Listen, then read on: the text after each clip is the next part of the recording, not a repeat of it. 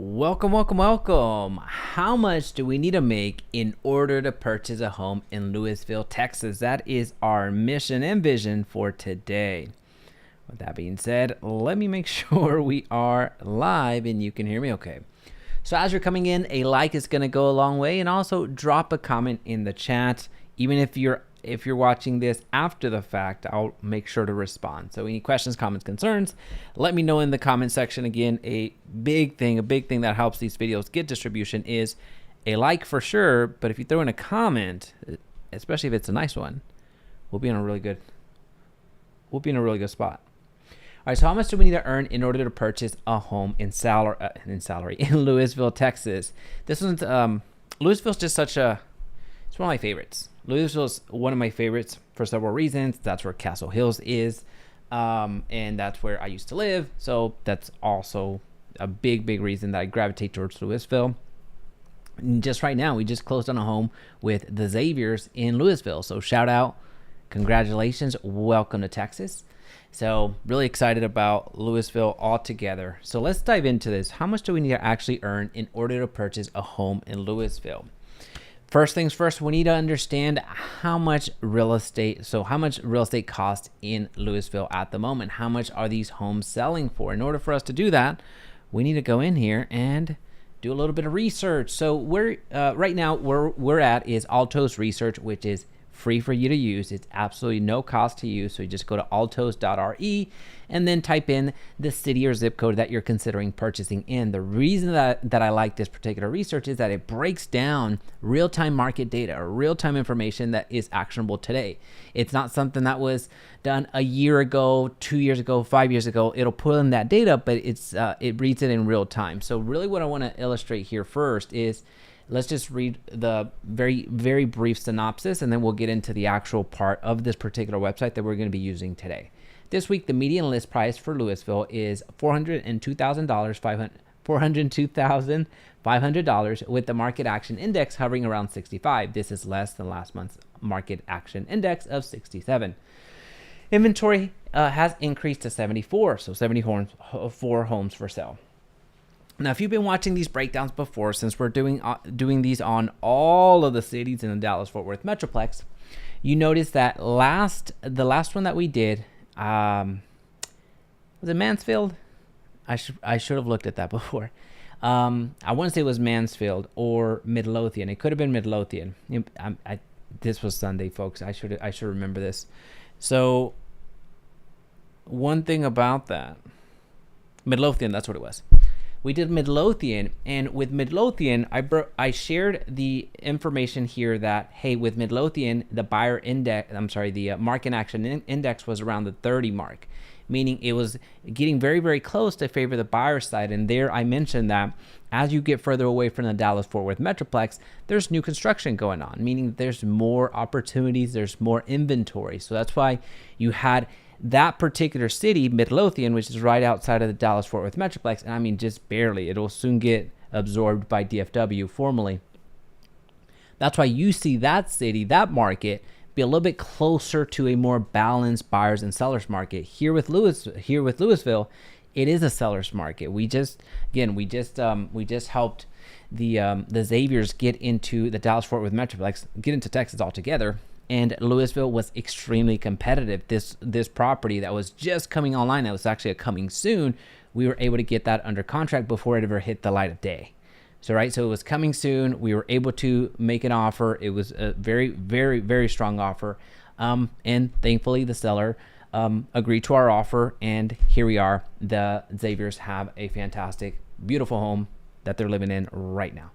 So that just happened last week. So kudos to y'all. All right, so let's dive into the numbers that we need to look at. So the reason that I like Altos Research is because of the market segments feature down at the bottom. So what you're seeing here is a median price in relation to the type of property that you're looking for. So you know what your housing need is. You know if you need 3 beds, 4 beds, 5 beds, 100 beds. You know what your needs are. And this matches up to it. So here's an example. If you're looking for a 4 beds, as an example, in the Lewisville market, well, expect to pay roughly $522,000 This is a median price, but it gives you an understanding of the size of the property and the essentially the capacity, if you will, or just the way that it's configured. It gives you that understanding as well. So here, as you can see, the homes, for the most part, most of the action right now, most of the homes around are 3 to 4 beds. You have some markets like Frisco as an example. There, most of the homes are 4 beds and beyond. So 4 beds, 5 beds, and including up to 6 beds. And that's why you're seeing this breakdown the way that it is. So for our purposes today, while we typically, this is going to be one of those times where we kind of break standard, break the norm, while we typically search for 4 beds as the minimum, because that's what most of our clients ask for, we're going to actually break this up. We're not gonna do that today. We're actually not gonna seek a 4 beds, which would have us calculate this based off of a $522,000 price. We're actually going to calculate it based off of a $375,000 price, which is going to be a smaller home. It's 1,600 square feet, 3 bed and 2 bath. So essentially, it's the third quadrant. So since this is broken down into 4 quadrants, so I think that's just appropriate. We could go off of the high end. Which our clients did end up going towards the high end because that's what they were looking for and that's what they needed. But for our purposes today, we're going to say $375,000. That is our math that we need to get to. $375,000. All right, so that is our North Star. How much salary do we need to make in order to purchase a home in Lewisville? How much do we need to make per year to purchase in Lewisville? That is essentially the math equation, the algebraic equation that we're getting into. Down payment. We're going to go very, very briefly here, but understand the very principles of a loan. If you're not purchasing a property with, actually, let me back up for a quick second. Let me just show you the type of inventory that we're talking about. I want to show you what this price point will buy you in Lewisville, because some of you may be coming from out of town, or you might live close, but when you start looking at numbers like that, it becomes challenging to kind of see what type of home we're even talking about. So let me take myself away for a quick second and just give you some eye candy. And these are the types of homes, starting with the lowest price home right now in Lewisville is $210,000. This is the smallest home that is available for sale today. And that is almost 1,000 square feet, 2 bed, 1 bath. And we're going to scroll through. Again, we're going to spend maybe 15 seconds here, but I just want to give you a visual of the type of home that we're looking at based off of the budget. So here we just broke into the 300,000. So you see you have some 300,000s up. In this price point, what you're normally going to see in this area, there's actually a duplex, isn't it? It looks like the same property. Yeah, this is a duplex, even though it's interesting. They put it as a, so at this price point, and in most cities, you see this, at this price point, towards the lower price point in any city, you're going to see a lot of garages be converted into another bed. So this is what you're seeing right here. That's why you have 4 beds here and no garage. So there, it was converted. Same thing here. It was covered up and you have a carport. That happens in all of, really without, well, there might be some exceptions, South Lakes of the world, the Highland Parks of the world. You don't need to convert a garage if you're buying in those cities. But for most cities, I'll cover myself. For most cities in the Dallas-Fort Worth Metroplex, when you look at the lower price properties in that city, you're generally going to see this type of architecture, if you will, this type of remodeling that happens, and you make it work. I no shade at all, right? So we're at the 350,000 mark, and I believe we had one more page, and then we'll keep it moving. Again, I just want to do a very, very, very quick visual, because this is where I actually toured that house, and it was like several years ago. So this is essentially the price point that we're building towards right now, $375,000. So we're going to be right in this ballpark for the calculation that we're doing. This is a rehab, so that's a good looking rehab.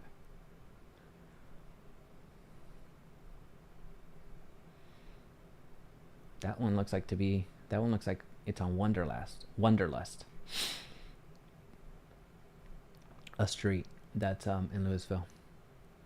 Cool. All right, that is enough. That is enough. That is enough. That was way more than the 15 seconds that I quoted, but now you get a visual, right? So you get a visual of the type of inventory that we're talking about, and these look like new builds. So let's get moving. Let's get moving and grooving. We got $375,000. We need a plan. We need a number. That's what we're building towards. Down payment. Assuming you're not purchasing cash, there's going to be a down payment that you're going to pay, that you're going to need in order to get into a loan, to get into a property. So if you're purchasing a property today, most likely you're going to get a fixed rate, which is going to be most likely a 30-year loan. And you're either going to get an FHA loan or a conventional loan. Now there's other types of loans, but primarily those are the two types of loans that are going to be presented to you. The FHA loans, your minimum down payment there is going to be 3.5%. So take 3.5% times whatever the value of the home is. The minimum down payment for a conventional loan is 3%. So take 3% times that amount, and that is the minimum down payment that you're going to need. Now, you might need to put some additional money down because of several reasons. Your credit might need a little bit of improvement. Again, I mean, we all understand our situations are we're in different situations, but just giving you kind of what would affect the amount of down payment that you would be required to put down. Something else that would factor into your down payment amount based off of the lender that's asking you for that would be the payments. The payments are too high to sustain the income that you have, so you would probably need to put some additional money down so you're not asking for as much from the bank. That would be another reason that you're going up in down payment. Now, there's a lot of other things that we could talk about down payments, but let's keep going. The other thing that I wanted to make note here before anything else, because I just saw a comment about that earlier this morning, was about mortgage insurance. When you purchase a home, whether it's an FHA loan or a conventional loan, if you put 20% down and beyond, you avoid what's called, sorry, I never put myself back on the screen. You avoid what's called mortgage insurance. Mortgage insurance, think of it like an additional fee. Think of it like an additional percentage. Think of it an additional cost, because ultimately that's what it is.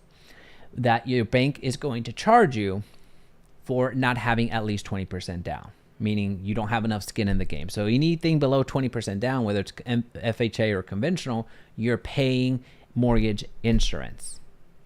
So that is an additional cost, and I'm going to break it down exactly what that's ultimately going to be, but I just want to give you that framework to build from, because a comment that I read this morning and responded to this morning was, hey, this guy just glossed over the mortgage insurance. How convenient. Well, had he stayed around to the timestamp that I sent him, it was there. It was there. So I want to go ahead and call it out right now. But anyway, for our purposes today, we're going to go with 5% down payment. All right, interest rate. Interest rate, depending on the time that you're watching this video, is going to be all over the board. So even tomorrow, this rate is going to change. So it's very important that you understand where to go to find this information, which is very easy. You have to go to our friend Google and type in, what is the mortgage interest rate today? That's how simple it is. You can go to any of the calculators. The one that I like is Bankrate, but Google now makes it so easy that all you have to do is go here, type in a little bit about the loan. You don't need to know too much about it. Even if you put really no amount there, you're going to be in a good spot. We just need the framework. So I'm going to put a 720 credit score. That seems to be a regular credit score. All right, so we see here that the rates have dipped. The rates have dipped, and you even see the rates right here. So you have the 30-year getting close to an 8. It did hit 8 when we did one of our videos. It did hit 8. We had to do a little bit of math juggling, if you will. So now they have dipped just slightly, right? So 7.42. That's the rate that we're going to use today. And as you see here, that rate that you just saw on the screen, 7.49, that was from Sunday. That was 3 days ago. So it changes. So again, just go over to Google. You're going to find it right out of the gate. No big deal. All right, so how long is a mortgage? Most mortgages are going to be 30 years, but that does change. You can adjust that, whether it's if you want to pay it off in 20 years, or if you want to pay it in 15 years, if you want to do adjustable rate mortgages. You can do a lot of different things, but for the most part, we're just going to stick to the basics. We're going to stick to 30 years at a fixed rate. Property tax rate. This is really the price of admission. I'm going to go ahead and brace you. This is really where you're going to want to pay close attention, because property taxes are a real thing, especially here in Texas. Texas has the 6th highest property taxes in the country, New Jersey being number 1. With this property tax rate situation, if you miscalculate it, you're looking at paying thousands of dollars every single year for the life that you own that property, for the extent that you own that property. So I'll show you exactly how to calculate it, because we're going to need to find it right now. With property tax rates here, the way that they work in the Dallas-Fort Worth Metroplex here in Texas, you're looking at 5 numbers that you need to account for. For sure, all cities in the Dallas-Fort Worth Metroplex, you need to find 3. That's baked into the cake. 3 for sure. 3, like without fail. Those 3 numbers that you need to account for, that you ultimately are going to add together to come out with your property tax rate, is the city tax rate, the county tax rate, and the ISD tax rate, so the school tax rate. Those 3, without fail, you need to account for. You're adding them together. Now, there's 2 additional tax rates that, depending on the city that you're in, you're probably going to need to add in as well. So some cities have 1 more, some cities have 2 more, to ultimately they get to 5. And those 2 happen to be either like a hospital network, like if you're in Dallas County, most likely you're paying Parkland, the network, hospital network, and then the higher education, so Dallas Community College or Dallas colleges. So there you're looking at higher education tax. So city, county, ISD, hospital network, and the higher education, which is most oftentimes a community college. Those are the 5 numbers that you're looking for. So you need to have your eyes wide open, because whenever you're searching for property tax rates, what you're going to find most of the time, it's going to be the city tax rate. And you're going to take that number. Oftentimes it's going to be like anywhere from 0.4 to like anywhere from 0.4 to 0.8%. And you're going to think, okay, well, cool. That's my amount. Well, no, that is not your amount, because most of the property tax rates in the Dallas-Fort Worth Metroplex are actually from the 2 to 3%. So if you just take let's just say 0.8, which again is only accounting for the city tax, you undershot yourself by about 3 times. So then you're going to be unpleasantly surprised. So enough talking. Let's get to finding this information. Property tax rate. It's so simple. We're going to go back to our friend Google, and we're going to do this. Lewisville property tax rate. See what I'm saying? Like if we took that and we did not have that breakdown, if we had no other breakdown, and we saw 0.419%, and we would have put this in here, right in here, which this is 2.4%, just by the way. It's 2.4, the way that the calculator reads it. I know it's a little bit confusing, but it's 2.4% is what you're seeing here. If we were to just take that, we just undershot this by 6 times. So we took 1/6 of the value. Is that how math works? 1/6? I don't know. Anyway, so 0.4 is radically different, miles away from 2.4%, which actually I don't even know if that's what ultimately, this was from Midlothian, so we'll actually see the true property tax rate. So let's go into the city and figure this out. Property tax rate history. All right, so the trend, good favorable trends. You had a big drop off here. That's good. You see property taxes started very close to 0.5%, and now they're at 0.419%. So that's good. You're trending in the right direction.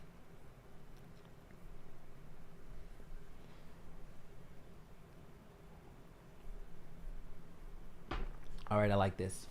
Although I don't know. Let's read this. These are the 3 that I was talking about. I am fairly certain that these are not it. Not all, but we're going to use these numbers regardless. So you have the ISD, Lewisville ISD, you have City of Lewisville, and you have Denton County. So those are the 3 that I mentioned that you're going to have regardless. You're going to have the city, you're going to have the county, and you're going to have the ISD. The ISD in all areas of the Dallas-Fort Worth Metroplex is going to be your highest. That's going to be north of 1% just on the ISD alone. So let's go back up here. Tax rate, property tax.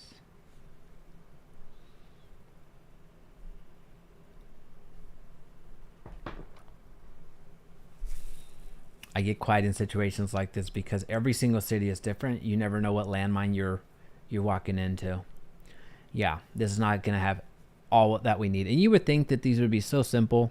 That would be like, oh, okay, no big deal. But they are not. They are not. That's why you need to know what you're looking for. Property tax estimator. This is not my preferred way of doing this. Okay, I already know what happened. It was about to boot me. So the reason that I don't like those calculators is because my software already has a big, and you can notice that there's a big lag already ever since I opened that.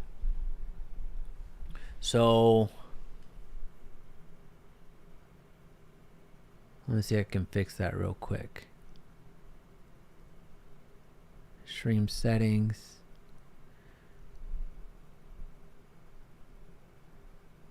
Stream settings. Okay. Sorry, technical difficulties.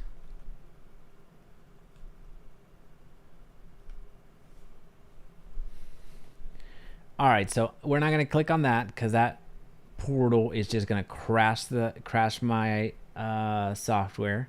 So we're going to have to just guesstimate around here. Local Start Media approves property tax. Let's see. You want to go to the source, but unfortunately the source does not always give you all the numbers that you need.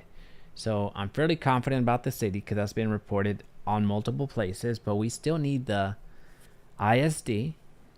We still need, we've done this one before, but that's Dallas County.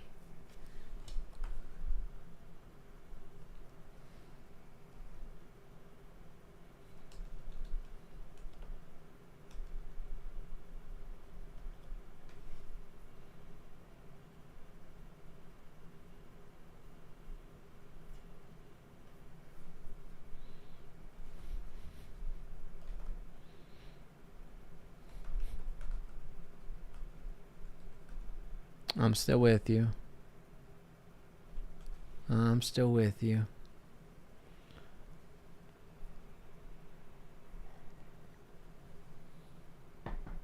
Because Lewisville is actually not in Dallas County. Lewisville is actually in Denton County. So why would it show here?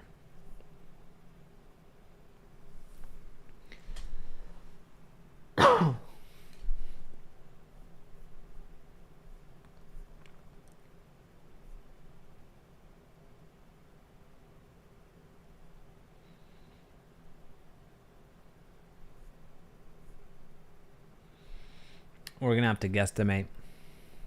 I don't like doing this. Very few cities will ultimately get me to the, and yeah.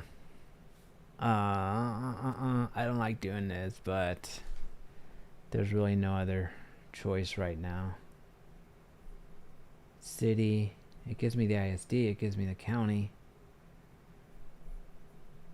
All right, we'll make do with this. We'll make do with this. All right, so here we go. This is based off of 2010. So just assume a larger number. We're going to bake it in with the larger number, but we got to keep going. So we have Lewisville right here, and we have the city tax, which is 0.44, actually 1 now. So 0.44. So we're going to use that regardless.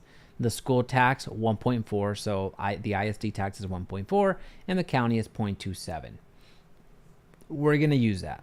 We're going to go ahead and use that. We're going to say it's 2.14. Now, this one, unfortunately, I'm going to have to put an asterisk next to it because, as you can see, it's not the simplest thing to go out and find. So this 2.4, this was actually from Midlothian. And Midlothian did a really good job of breaking the property taxes down. But for all intents and purposes, at least now you know what you're looking for. You're looking for the city, you're looking for the county, you're looking for the ISD, if there happens to be a hospital network that you're being assessed, or hospital tax that you're being assessed, you're going to add that, and also a higher education tax. For our purposes today, we're actually not going to add those other two, because I can't confirm that they are in Lewisville right now. So we're going to use the three that I know for a fact are, even though it's a little bit dated information of 2010. So hopefully you get a pleasant surprise that you're in the low, if not the low twos, high ones, which I don't believe that's the case. Insurance rate. So we put 0.75% of the value of the home. That's what we put as the premium, just to have a realistic premium amount that we can calculate into the loan. Mortgage insurance rate. So we're going to say it's a conventional loan that we're going after, and we're going to say that our credit is good. So this goes back into the mortgage insurance part where I mentioned that if you're not putting 20% down on the purchase of the property, that is going to affect the amount of, that's going to mean that you are paying a mortgage insurance. So because you do not have enough equity stake in that property according to the bank. Yearly HOA fees. Lewisville is relatively okay when it comes to HOA fees. Yes, there are plenty of HOAs, but it's not as many as you would think. If you were in Flower Mound, that'd be a different situation. But Lewisville, for all intents and purposes, does not have as many HOAs. Don't mishear me; it has plenty, but doesn't have as many. But either way, based off of a reasonable HOA fee per year, we're going to put $400. That's a reasonable amount. We're not going to worry too much about the income tax rate at the moment. Now we need to see how much we're gonna earn. So let's just say we make $100,000. And before we go into the second tab, which is the next tab, which is ultimately what's going to give us the answer, how much we actually can purchase with $100,000. This is a number that you can come back to. All this, by the way, is linked down below. Check it out. Just download this for your personal use. You're going to need to include your debt as well. So not only are you inputting the gross amount, how much you actually make per month, but you're also needing to put the debt that you have, whether it's car loans, whether it's credit cards, whether it's child support, whether it's whatever it happens to be. If it's debt, put it here, because it's going to affect what's called the debt to income ratio. So how much you owe creditors versus how much you earn. And there's a certain ratio that you'll see in the next tab that the lender's going to use. So just name the debt here just for clarity, for ease of use for you, and then put the amount over here. Same thing here. If you have a co-borrower that is borrowing the home with you, or there's going to be multiple people on that loan, for the most part, you can get up to 3 people on the loan. There's no legal requirement. There's no legal maximum. If you wanted to get 10 people to get on the loan, legally you could. Would a bank allow you to do that? No. So depending on the bank, depending on the lender, most likely they're going to allow up to 3 co-borrowers, but that's it. So we just put 2 because that's the most common one. All right, so now we go for the big reveal. If we make $100,000, how much do we earn?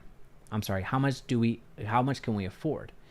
All right, so we're going to start off with this graph first, and then I'm going to give you the entire breakdown of a $375,000 payment. What you're seeing here is essentially your debt to income is based off of your risk profile. So let's just say you make $100,000. What is considered a safe purchase, or safe amount, or safe purchase price, meaning how much of a home can you earn? Well, this is more based off of your risk tolerance at the end of the day. If you are the play it safe type of a deal where you do mind having a significant amount of debt on the books and you don't want to overextend yourself, then you're looking at getting 33% of your net income going towards your mortgage payment, towards your housing needs. Now, as you can see here, as you go down the conservative loan, so you get approved for more here, but that would mean that you're paying 37% of your income going towards housing. A moderate risk profile, you can borrow and purchase a home up to $313,000. Well, now it's 47% of your net income because you're paying $3,000 a month. Now, if you want to get aggressive, $392,000 and beyond, right? So as you go further down the debt to income, or the percentage of your net income going towards housing, you need to have better credit. So meaning the lender will let you borrow up to this amount. However, you need to have really good credit in order for them to actually allow you to do that.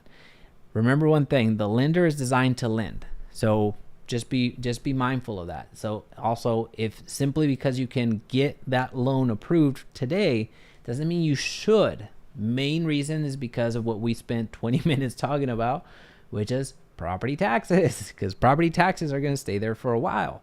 And if the past 5 years have taught us anything, in the past 5 years, property values, the assessed values of homes went over 50% in most areas. So you went from having a certain price, certain several $1,000s in property taxes to just skyrocket on you, and all of a sudden you can't make the mortgage payment, right? So don't overextend yourself is what I'm saying. For our purposes today, our calculation's done. We typically like to get in between here for our how much do we need to earn. But just to give you a different, we need to get to $375,000. But let's just see what $80,000 will do for us. If we make $80,000, we could not purchase a home in Lewisville at the moment. But if we make $90,000, just shy, we would be able to purchase the lower priced homes there, but not by much. So the $100,000, that's going to be my final answer based off of these criteria, based off of the down payment that you're putting, based off of the interest rates today. If interest rates or when interest rates go down, you could be making less and still purchase that home relatively comfortably. So as far as our thesis, as far as our mission and vision of how much you need to earn, that has been solved for. But I want to show you the breakdown of what a $375,000 property looks like. So cover your eyes for a quick second. It's gonna be too much, I think. I just need to force this to get, way too much. I just need to force that number to get to 375.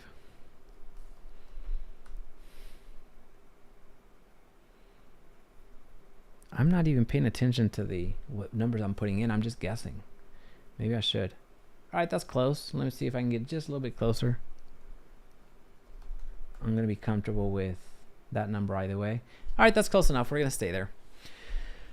Don't pay attention to that number. Again, this calculator is linked down below, so make sure that you go and check it out. And also, a huge kudos to Win the House You Love by Kyle Seagraves. He is the one that created this fabulous tool for us to use. All right, so based off of the max price, based off of how much we, based off of all of the numbers that we put in here of the down payment, the interest rate that's available right now, the property taxes that are, full disclosure, it's going to be in the ballpark. It's not going to be exact because I couldn't get the exact number.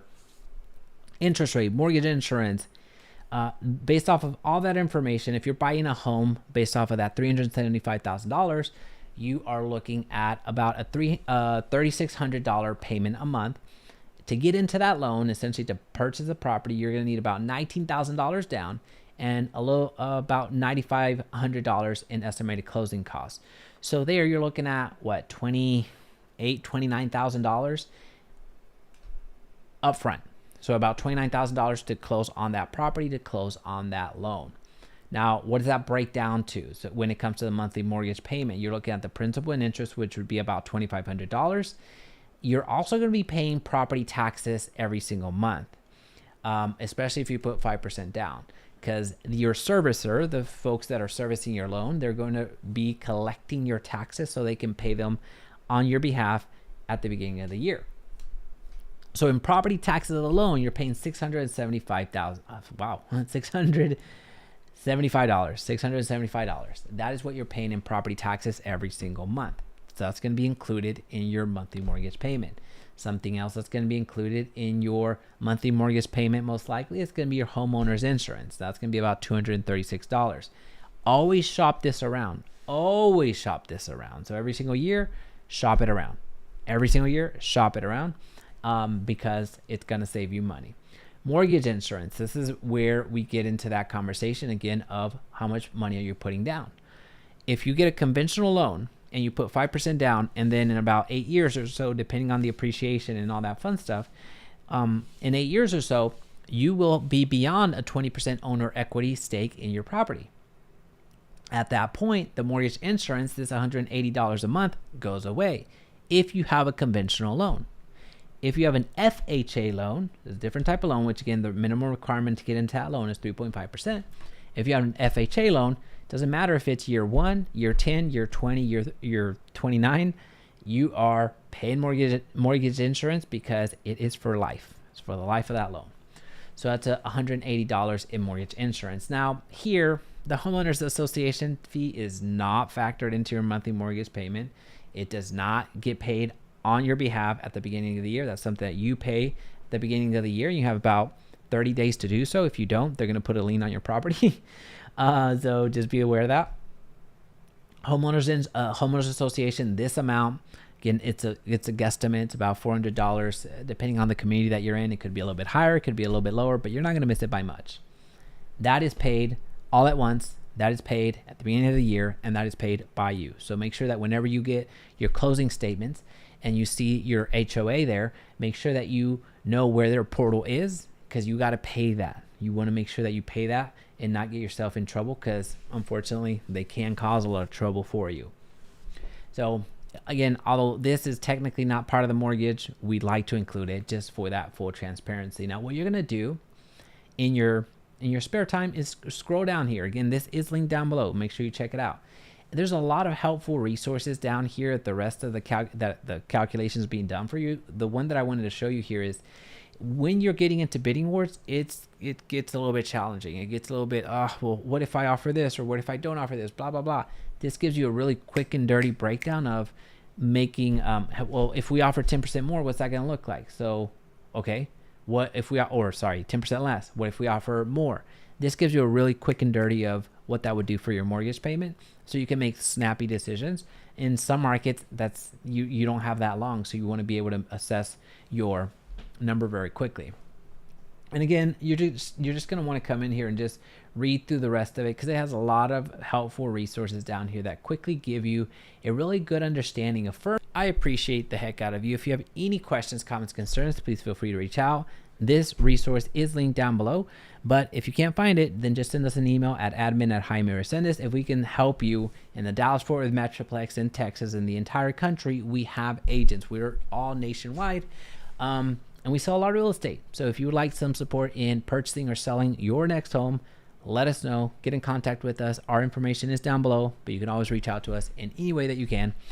We would love to support you. See you on the next video.